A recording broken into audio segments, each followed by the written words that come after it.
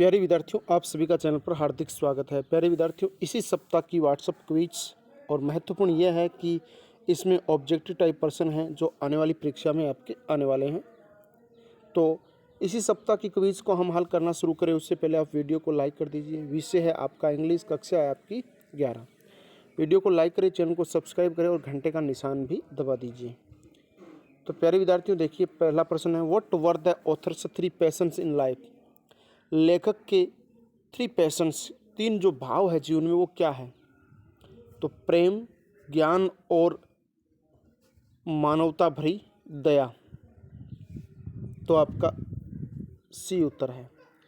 आगे बढ़ते हैं अगले प्रश्न की ओर। अगला प्रश्न देखिए क्या है। According to the author which of this relieves him from loneliness.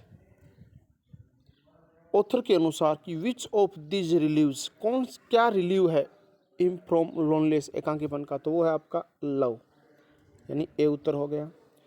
आगे बढ़ते हैं अगले प्रश्न की ओर। अगला प्रश्न देखिए क्या है आपकी स्क्रीन पर। What keeps the author inspirable from earth. Inspirable पृथ्वी से कौन रखता है?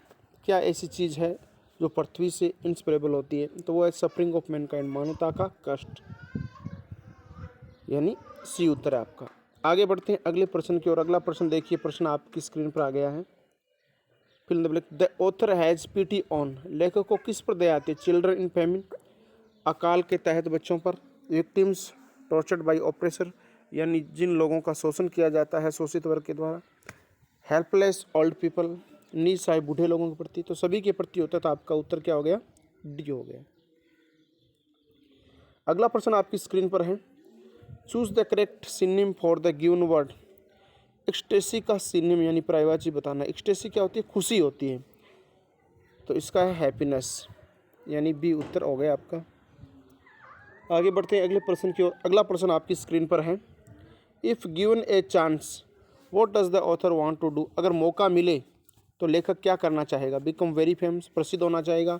लिव लाइफ अगेन, जीवन दोबारा जीना चाहेगा। रिमूव पॉवर्टी, गरीबी दूर करना चाहेगा। या गेन नॉलेज, ज्ञान प्राप्त करना चाहेगा। तो ये लिव लाइफ अगेन, जिंदगी जीना चाहेगा। 2 नंबर उत्तर हो गया। नेक्स्ट आपकी स्क्रीन पर है। Yesterday I bought top and skirt.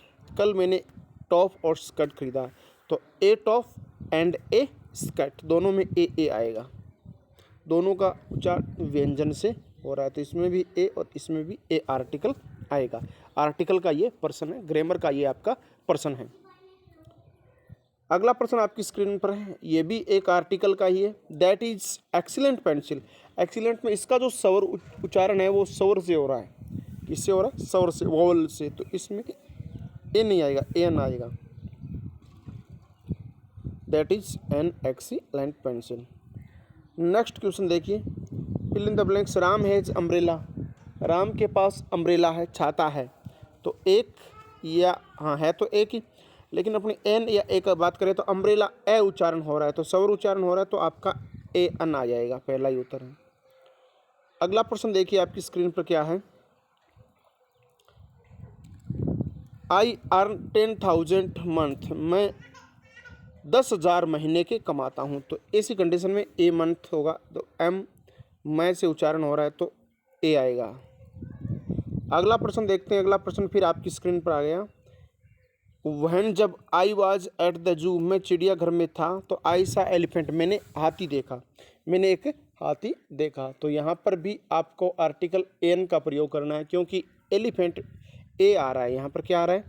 ए क्या है? स्वर है ध्वन्यांत में, तो इस कंडीशन में आपका ए आएगा, यानी सी नंबर।